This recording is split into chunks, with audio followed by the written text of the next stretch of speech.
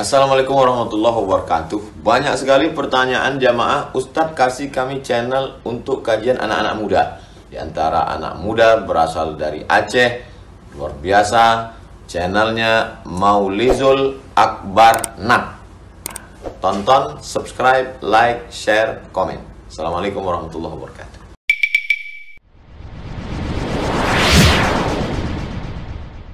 Dari Rasulullah sallallahu alaihi wasallam, beliau berkata, "Man jaa yaumal qiyamah," barang siapa yang datang menghadap Allah di hari kiamat, bari'an min salasin, ketika dia menghadap Allah dan dia terbebas dari 3 perkara, artinya matinya tidak membawa 3 perkara, dakhalal jannah, maka wajib bagi Allah memasukkannya ke dalam surga.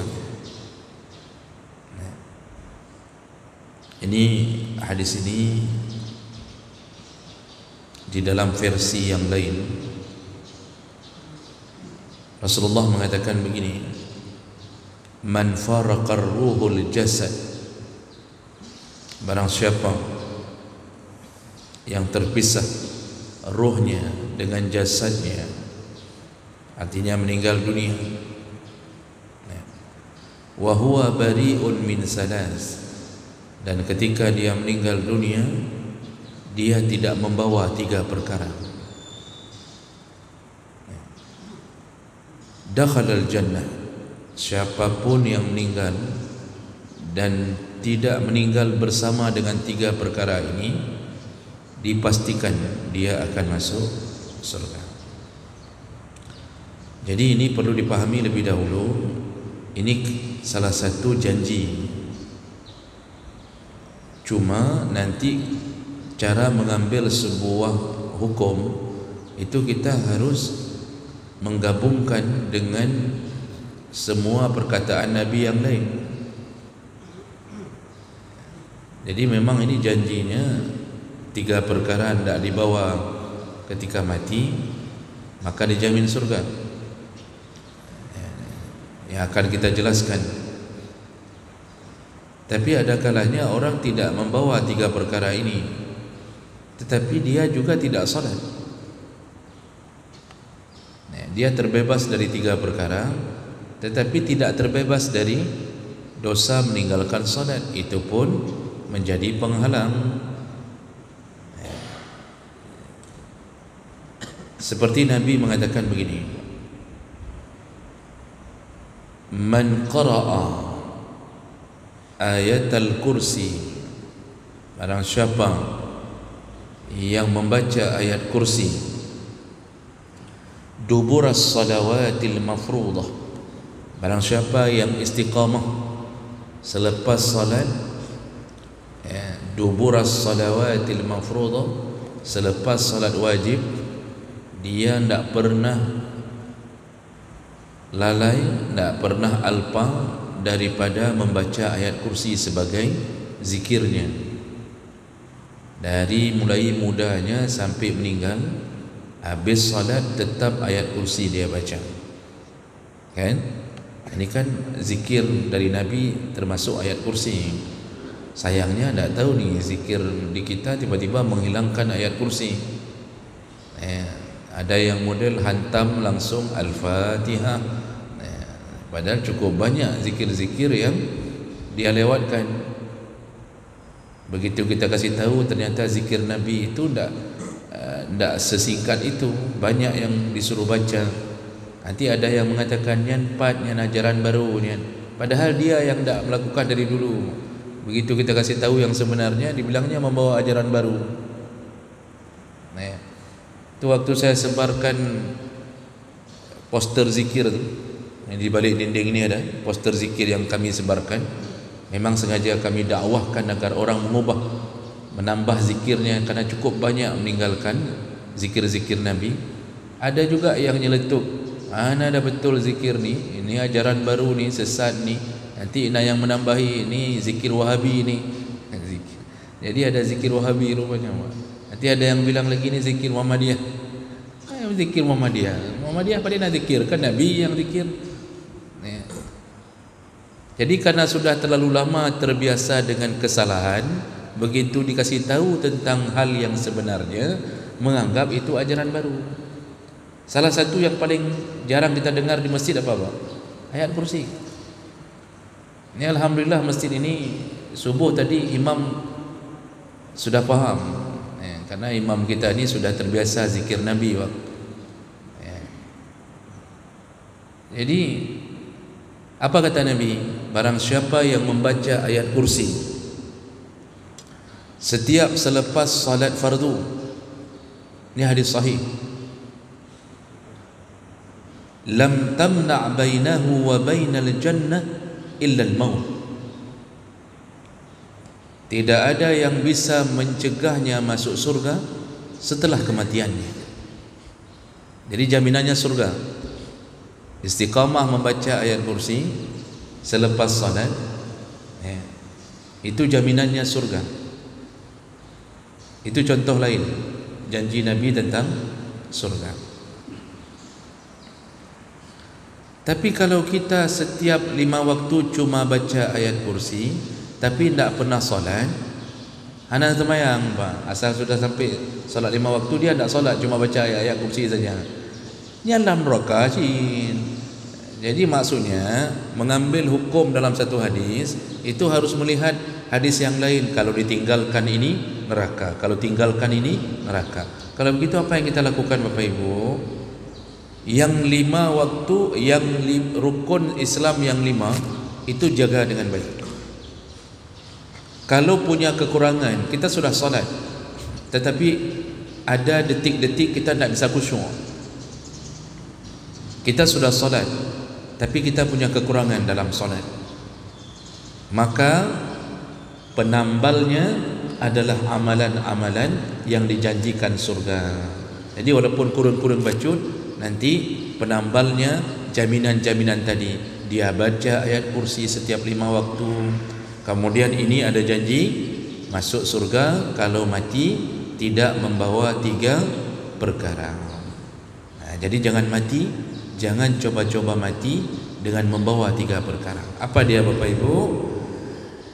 Nabi menyebutkan yang pertama yaitu al-kibr, sifat sombong, takabbur, sifat sombong.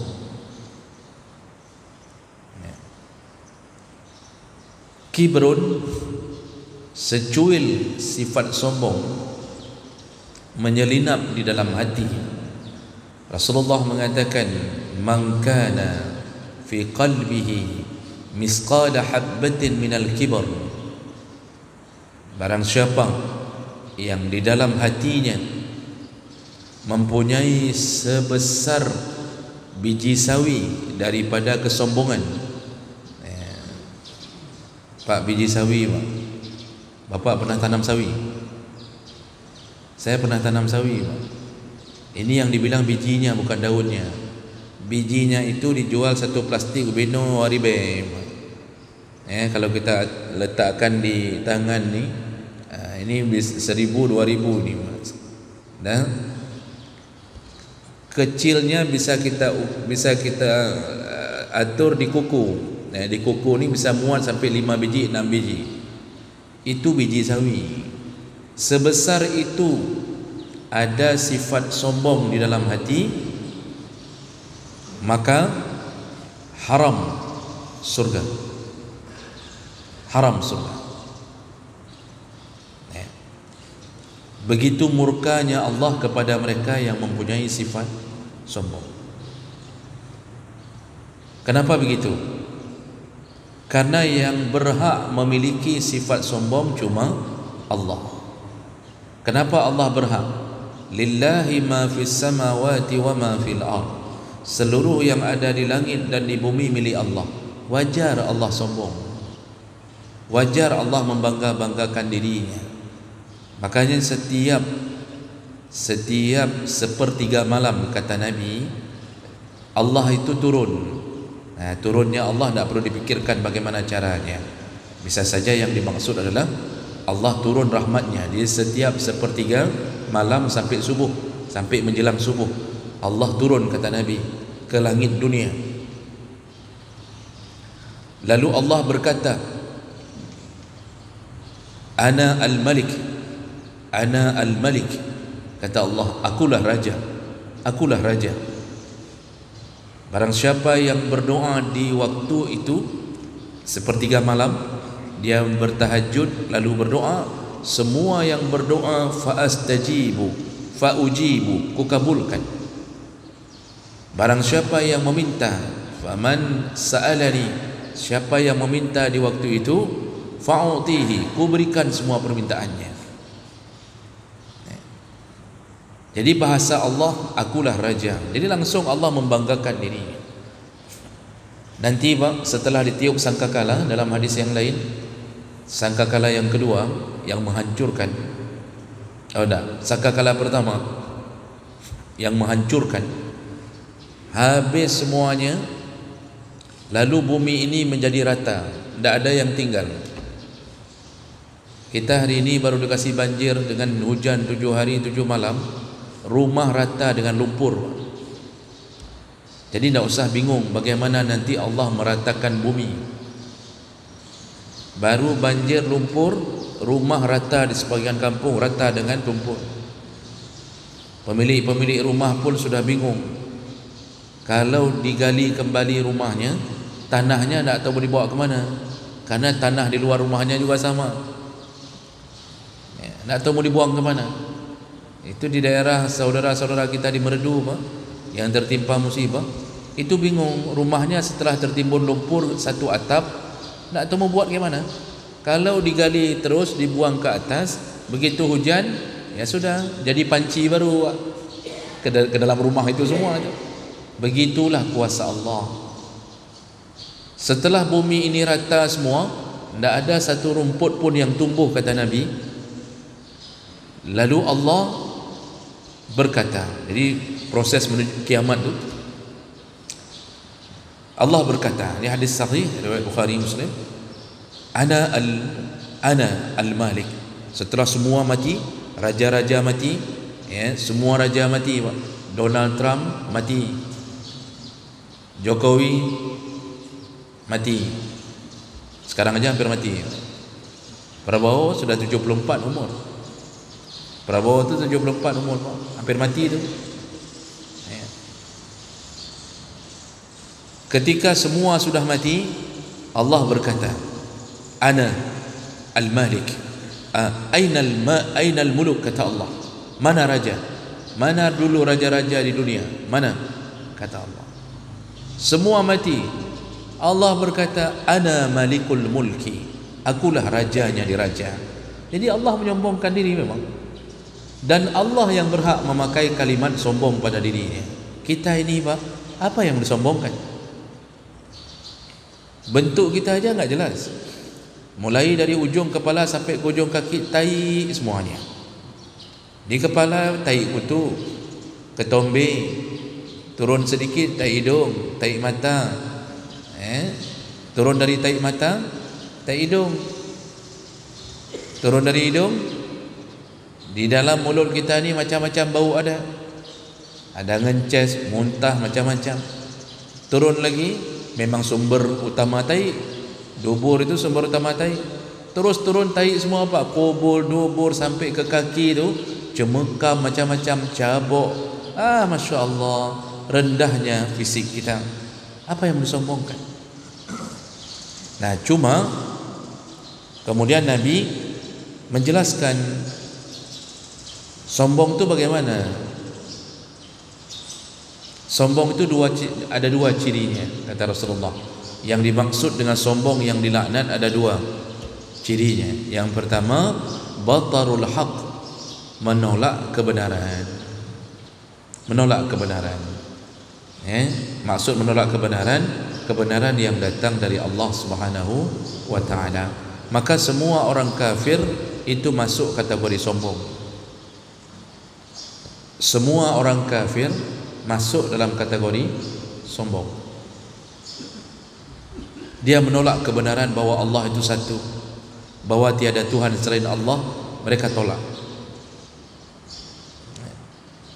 Kita-kita yang sudah dinasihati untuk mendirikan salat, ketika kita nasihati, dia mengatakan, apa urusankah? Apa urusanmu? Ada mamakmu yang kasih makan saya? Itu masuk kategori sombong, menolak kebenaran. Yang kedua, sifat sombong adalah wa ghamtun nas, suka meremehkan sesama manusia. Jadi dua ini yang dimaksud, menolak kebenaran dari Allah lalu meremehkan sesama manusia. Meremehkan ini memang berniat, Pak, bukan bercanda, memang berniat. Tapi dalam bercanda kalau sudah sering meremehkan orang juga sombong. Meremehkan orang kenapa? Gara-gara kita memiliki kelebihan. Kita yang berwarna kulit putih kadang-kadang mengejek orang-orang berkulit hitam. Kadang-kadang kita jumpa sama kawan orang kulit hitam, lalu kita bilang apa? Hati-hati ya di jalan, nanti ada razia di situ. Razia apa? Razia orang jelek, katanya. Nanti kena razia orang jelek, katanya. Tapi sengaja atau merendahkan. Kalau bercanda dengan teman mungkin tak sampai ke situ. Ada yang punya anak merendahkan orang yang tak punya anak. Itu juga sombong. Orang yang kaya merendahkan si miskin. Orang kaya merendahkan si miskin. Makanya kalau kita belajar fikih zakat, kalau kita belajar fikih zakat, Pak, salah satu yang dimakruhkan adalah ketika mengambil harta zakat itu orang miskin dikumpulkan, disuruh ambil ke rumah orang kaya atau ke amil. Kalau kita baca kitab fikih zakat, dalam kitab fikih Islami wa Adillah itu, salah satu kemakruhan yang dibenci dalam urusan membagi zakat, orang miskin yang diundang ke tempat suruh ambil, karena itu merendahkan mereka. Seharusnya bagaimana? Amil ya bagi ke dia rumah, kan urung kasih dia ajak kena masjid dia acok. Tak boleh panitia mengumpulkan orang miskin, besok tolong ambil zakat Bapak Ibu, diumumkan tu di masjid, Bapak Ibu, nah besok kami Pak Amil ada di masjid, tolong datang ke masjid untuk mengambil zakat. Sebagian ulama mengharamkan perbuatan itu. Tak boleh. Jadi bagaimana? Itu kerja amil.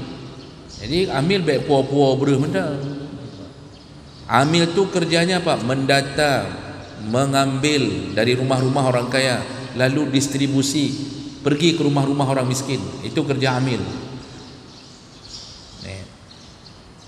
Dengan mengundang orang miskin ke tempat amil, dia telah merendahkan orang miskin. Karena itu hak mereka, bukan karena kita. Memang hak mereka itu. Jadi jangan mati membawa sifat sombong. Jangan merasa lebih pintar, jangan merasa lebih alim, jangan merasa seakan-akan orang lain semuanya ahli neraka. Jangan merasa sang-sang semua orang di luar kita itu ahli bid'ah semuanya, neraka mendung. Itu orang-orang yang sudah terjebak dalam kelompok ini, Pak. Kelompok yang merasa orang lain semuanya berada di dalam golongan yang salah. Itu bergaulnya dengan sesama mereka saja. Kalau dengar pengajian tu, itu tak mau dengar pengajian kecuali dari ustaz-ustaz mereka.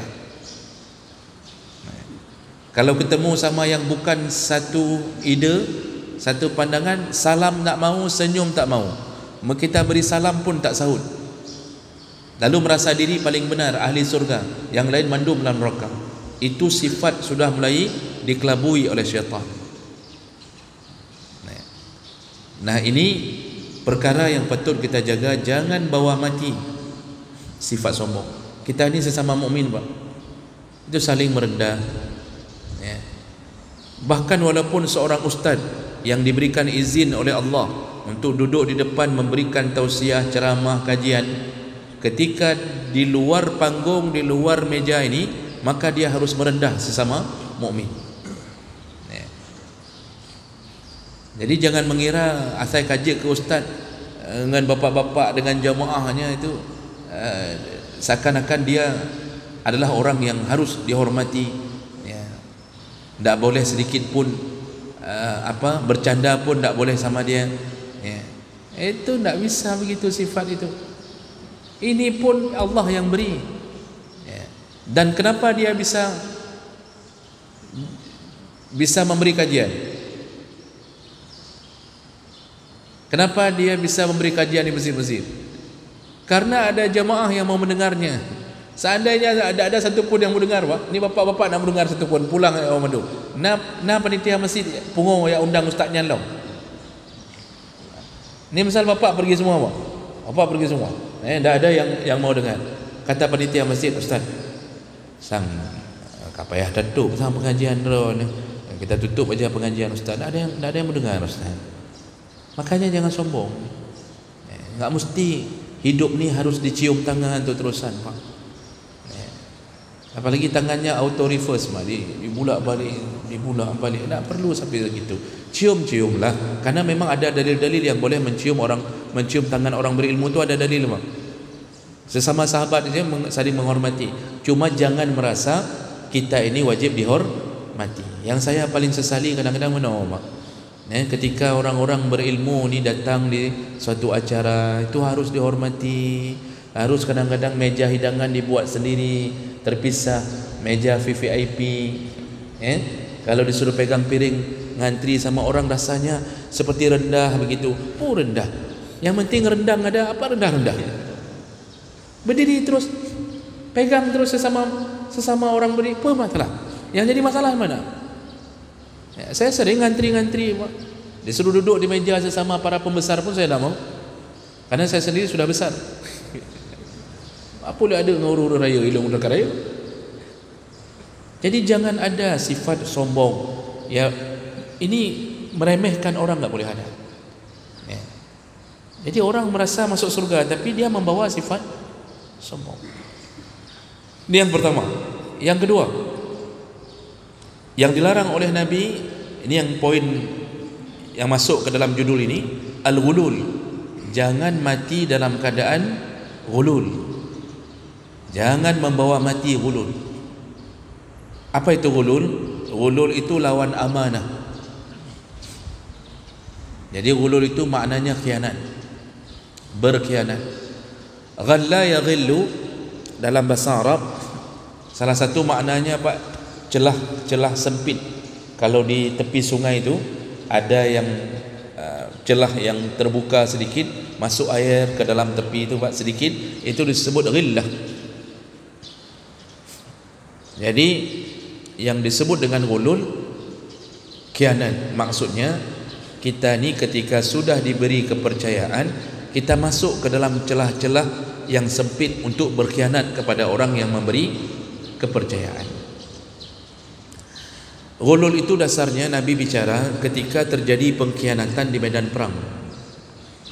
Salah satu khianatnya adalah mengambil harta rampasan perang sebelum dibagi oleh Nabi.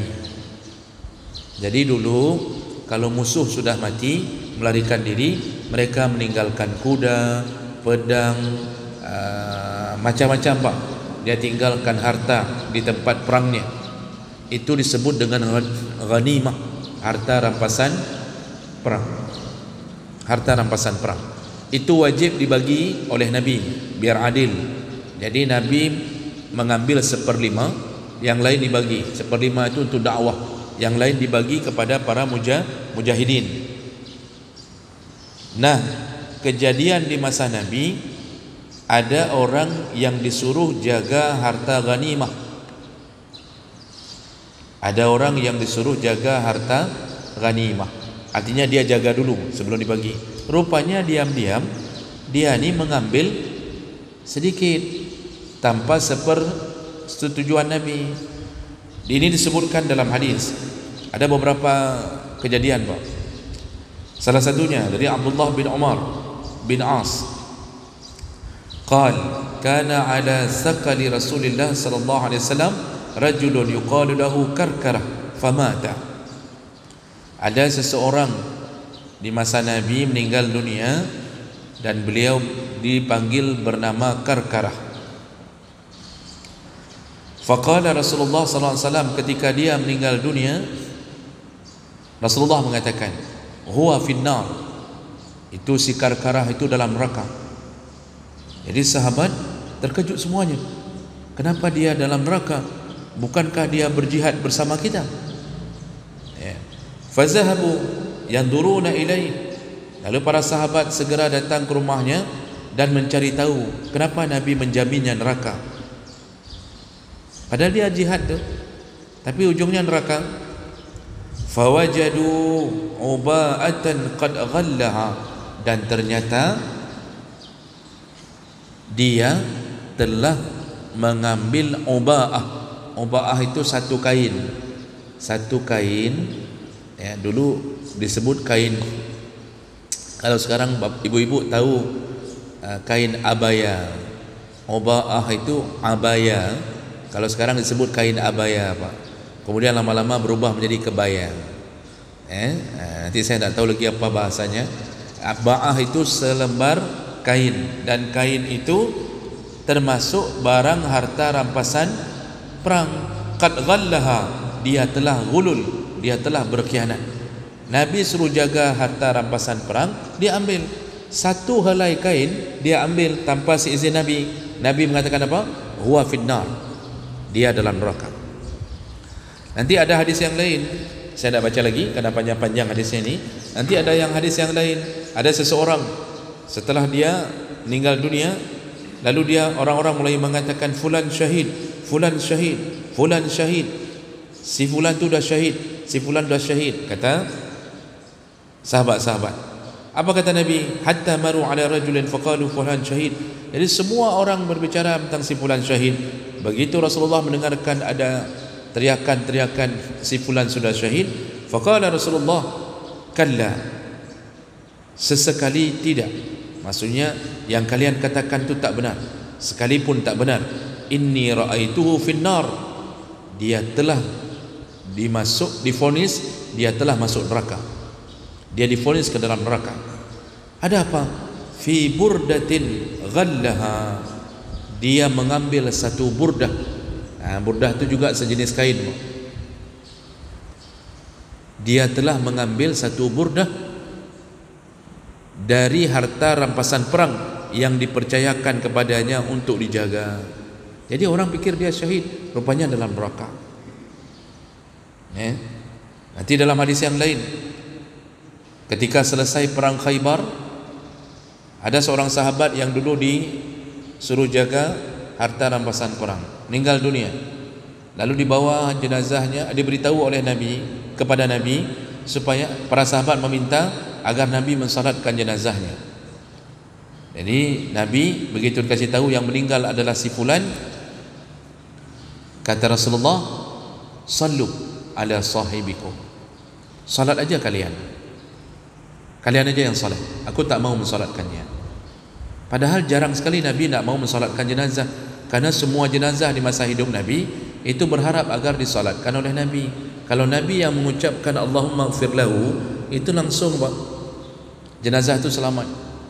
Jadi semua dibawa ke hadapan Nabi, tapi hari itu Nabi tak mau mensalatkannya. Kata Nabi, kalian aja yang salat, aku tak mau mensalatkannya. Fataghayyarat wujuhun nas, berubahlah semua wajah-wajah sahabat. Kapal, ada apa ini? Kenapa kok Nabi tak mau mensalatkan? Lalu para sahabat bertanya, ada apa ya Rasulullah? Kenapa engkau tak mau mensalatkannya? Apa jawaban Nabi? Laqad ghalla fi sabilillah, dia telah berkhianat ketika kita berjuang berjihad fi sabilillah. Dia berkhianat. Apa khianatnya? Kata Nabi, ya, lihat, pergilah ke rumahnya. Lalu sahabat menuju ke rumahnya. Fawajadu, dan ketika dicek rumahnya, rupanya mereka mendapatkan satu kalung manik-manik buatan Yahudi, karena Yahudi yang menjadi korban perang itu, ada satu manik-manik yang harganya la yusawi dirhamain, harganya tidak mencapai 2 dirham. Berarti sekitar 150 ribu. Dirham tu perak, dinar baru emas. Sekitar 150 ribu atau 200 ribu per hari ini. Mani itu harganya tidak mencapai 200 ribu. Gara-gara itu Nabi tidak mau mensolatkan jenazahnya. Kalau Nabi sudah tidak mau mensolatkan jenazah, berarti jenazah ini tidak selamat. Neraka ni. Apa pekerjaannya? Khianat. Makanya hati-hati meninggal dalam keadaan pernah berkhianat dan belum taubat. Apa contoh di masa moden, Pak? Kita diminta untuk menjaga kedai seseorang. Jadi dipekerjakan di kedai seseorang. Kata penjaga kedai, kamu dapat gaji, kemudian nanti bonus THR, ya. Pokoknya kerja jam sekian. Apa yang kita lakukan? Selain gaji, kita mulai mengambil barang dari pemilik warung, bawa pulang sikit-sikit. Kalau disuruh jaga kelontong, 1 kilo beras setiap hari bawa pulang. Yang menjaga kelontong tak tahulah, karena dia mungkin tinggal jauh, tapi kita berkhianat. Ini termasuk perbuatan khianat. Kenapa disebut khianat? Karena kunci kedai di kita. Pak, kalau orang tak diberi kepercayaan itu untuk masuk ke satu kedai, itu kerjanya besar, Pak. Dia harus bawa palu, dia harus bawa linggis, harus menunggu-nunggu di malam hari kapan tak ada orang. Capek juga itu. Menjadi pencuri itu capek, Pak. Jadi kan mangat je pencuri. Capek. Itu belum lagi harus jalan jam-jam 3 malam. Ketemu kuntilanak, ketemu pocong. Tapi biasanya tak ketemu karena sesama setan tidak boleh saling mengganggu. Kalau pencuri itu tidak ada kunci. Ini orang diberi kepercayaan, dia jadi security di kantor itu. Dia pula yang mengambil barang-barang kantor. Nyan khianatnya, mati dengan bahaya sekali, Pak. Neraka itu. Satu kain Nabi mengatakan neraka. Hari ini bukan satu kain, Pak. Sudah berapa juta sudah kita khianat di kantor. Makanya haram hukumnya mengambil barang-barang yang bukan milik kita ketika kita berada di satu lembaga atau satu tempat yang kita dipercayakan menjaganya. Ini contoh yang tidak kita sadari apa, Pak? Bawa pulang tisu masjid, kita disuruh jaga masjid. Tisu kok banyak contoh ni. Ini contoh ya. Jangan merasa contoh. Kalau merasa berarti menggigit cabai.